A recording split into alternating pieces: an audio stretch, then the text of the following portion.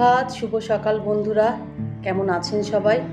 আমার ফ্যামিলি ব্লগে আপনাদের সকলকে জানাই অনেক স্বাগত। বর্ষাকাল মানেই রেন লিলি ফুল ফোটে, আর আমার এখানে পাঁচিলের আশপাশ দিয়ে রেন লিলি উঁকি মারছে। আর কালারটাও না ভারী মিষ্টি, দেখতে খুব ভালো লাগে, তাই আপনাদের সঙ্গেও একটু শেয়ার করলাম। সকালবেলা জলখাবারে আজকে আছে ডিম পাউরুটি।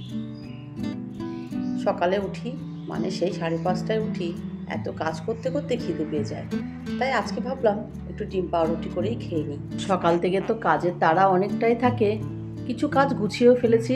এবার ব্রেকফাস্টটা করে তারপরে বাদবাকি কাজে হাত দেব। এখন তো বাইরে বৃষ্টি হচ্ছে, বর্ষাকাল বুঝতেই পাচ্ছেন, সারা দিনটাই ঝিমঝিম করে বৃষ্টি হতেই আছে।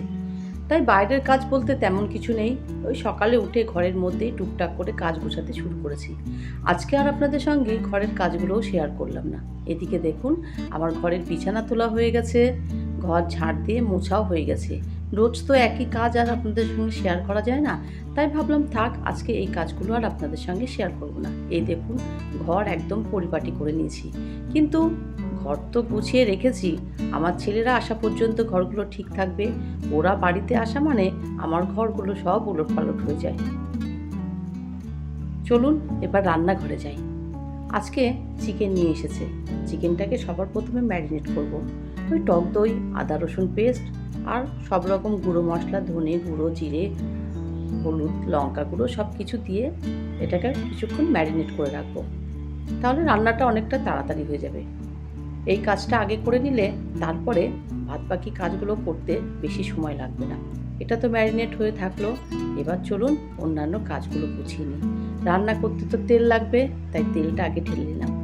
এই দেখুন, তেলের এটা কিন্তু যখনই শেষ হয়ে যায় আমি পরিষ্কার করে নিই, কিন্তু আজকে একটু তলায় তেল ছিল, ভাবলাম থাক, এতে তেলটা ঢেলে নিলাম।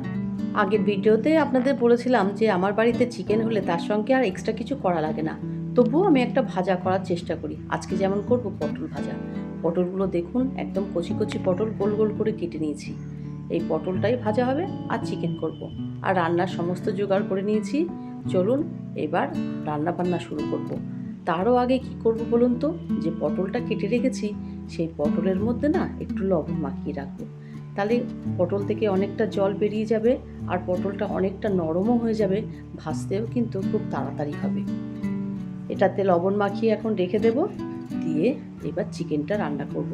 ভাতটা কিন্তু আমার আগেই হয়ে গেছে। কড়াইতে তেল দিয়ে দিলাম, এবার দিয়ে আলুগুলো একটু ভেজে নেব। আর চিকেনের আলু তো খেতে ভালোই লাগে আমাদের, তাই একটু বেশি করেই আলু দিই। দিন দিন এত কাজের চাপ বেড়ে যাচ্ছে না, যে নিজেকে আর ঠিকঠাক করে মেনটেন করতে পারছি না। মানে নিজের শারীরিক মানসিক কোনো কিছুই প্রস্তুতি আর থাকছে না। আসলে এতটা কাজের প্রেশার, ছেলেদের ধকল প্রচুর পরিমাণে হয়ে যাচ্ছে। তাই সকাল থেকে না, ঘুম থেকে উঠলেই মনে হয় যে সারাটা দিন কিভাবে কাটাবো, কিভাবে করব। এই দেখুন, আপনাদের সঙ্গে কথা বলছি আর বাইরে কিন্তু ঝমঝম করে বৃষ্টি হচ্ছে। আজ আর চিকেনের পুরো রেসিপিটা আপনাদের সঙ্গে কিন্তু শেয়ার করব না। চিকেনটা রান্না হয়ে গেলে আরও না অনেক কাজ আছে, যেগুলো আমি ক্যামেরা অন করে করতে পারবো না, তাই তাড়াতাড়ি করে নিতে হবে। আজ আপনাদের সঙ্গে আবার কিছু জিনিস শেয়ার করব, সেটা পরেই দেখাচ্ছি। চলুন চিকেনটা কেমন হয়েছে সেটা আপনাদের একটু দেখিয়ে নিই। এই দেখুন, একদম লাল লাল চিকেন, ভাত দিয়ে খাওয়া হবে, তাই একটু ঝোল ঝোল রেখেছি। আর এদিকে পটলটাও ভেজে নেব।